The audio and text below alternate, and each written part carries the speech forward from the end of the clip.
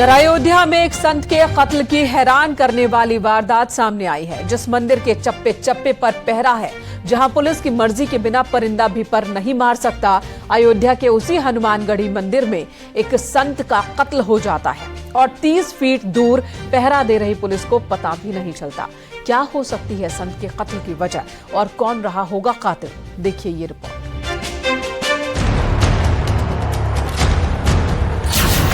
मंदिर के अंदर महंत का कत्ल, अंदर कत्ल, बाहर बैठी रही पुलिस।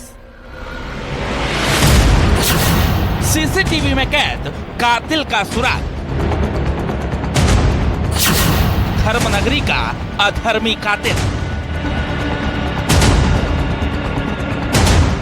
अयोध्या, जहां मंदिर की घंटियों, सरयू की कलकल और आरती की ध्वनि के साथ लोगों की सुबह होती है, आज उसी अयोध्या में जब लोगों की आंख खुली तो एक अजीब सी खामोशी थी।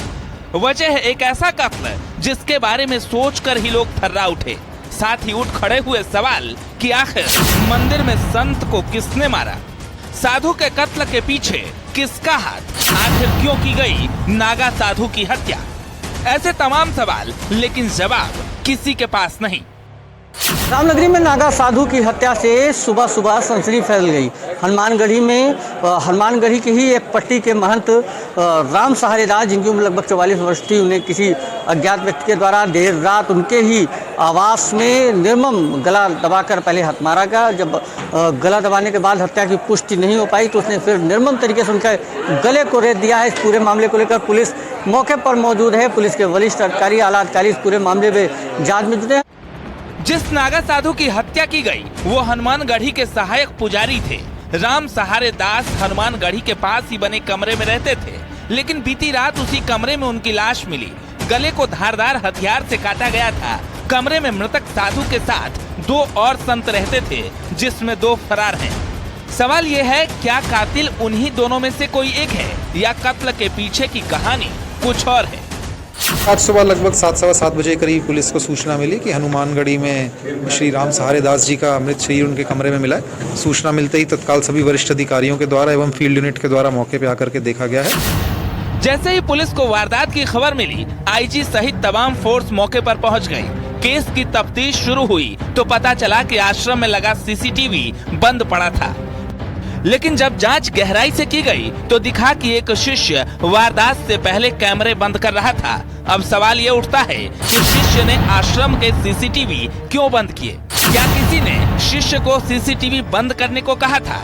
इन सभी जवाबों की तलाश में पुलिस एक किशोर को हिरासत में लेकर पूछताछ कर रही है, जबकि 4 अलग अलग टीमें फरार आरोपियों की तलाश में जुटी हैं।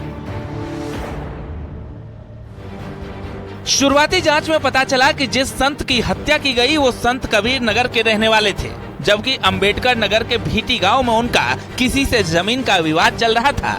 सबसे हैरत की बात तो ये है कि जहां पर मर्डर हुआ उससे ठीक 40 फीट दूर पुलिस तैनात थी, लेकिन किसी को भी कानो कान खबर तक नहीं लगी।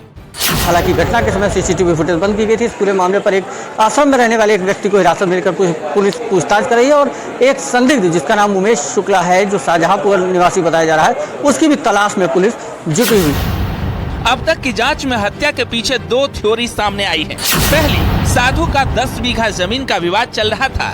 दूसरी, जिस चेला के साथ वो रहते थे, क्या उनके साथ विवाद हुआ था? छानबीन में सामने आया कि गला रेत कर हत्या हुई, लेकिन मौके से धारदार हथियार नहीं मिले। आश्रम में फोरेंसिक टीम को भी बुलाया गया। कमरे के अंदर चारों तरफ खून बिखरा हुआ था। पुजारी की लाश पड़ी थी।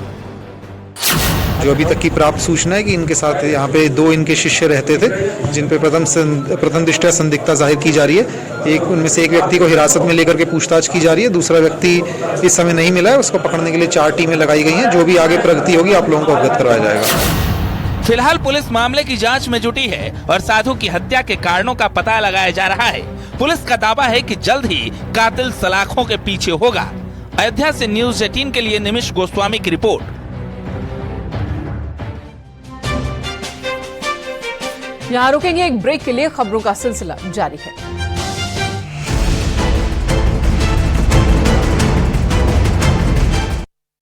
एक बार फिर बुलडोजर एक्शन देखने को मिला। प्रयागराज विकास प्राधिकरण ने दूसरे की जमीन पर कब्जा कर बनाए गए अवैध निर्माण को बुलडोजर से जमींदोज किया। खुलदाबाद इलाके के रोशनबाग में ये कार्रवाई हुई है। प्रॉपर्टी की कीमत तकरीबन 4 करोड़ रुपए बताई जा रही है।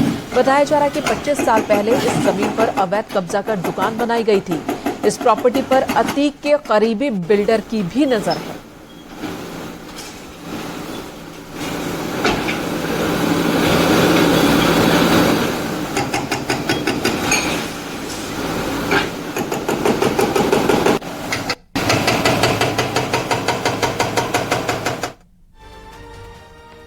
इधर फिरोजाबाद में रेप के आरोपी को पुलिस ने एनकाउंटर के बाद गिरफ्तार किया। आरोपी के पास से एक तमंचा भी बरामद किया है। 13 अक्टूबर को विपिन यादव ने रेप की वारदात को अंजाम दिया था, जिसकी गिरफ्तारी के लिए पुलिस ने 3 टीमों का गठन किया था और अब एनकाउंटर के बाद विपिन को गिरफ्तार कर लिया है पुलिस ने।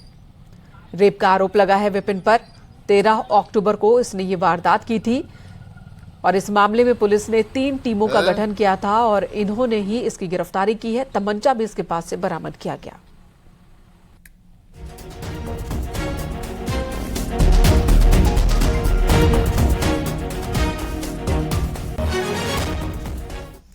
यहां रुकेंगे एक और ब्रेक के लिए। खबरों का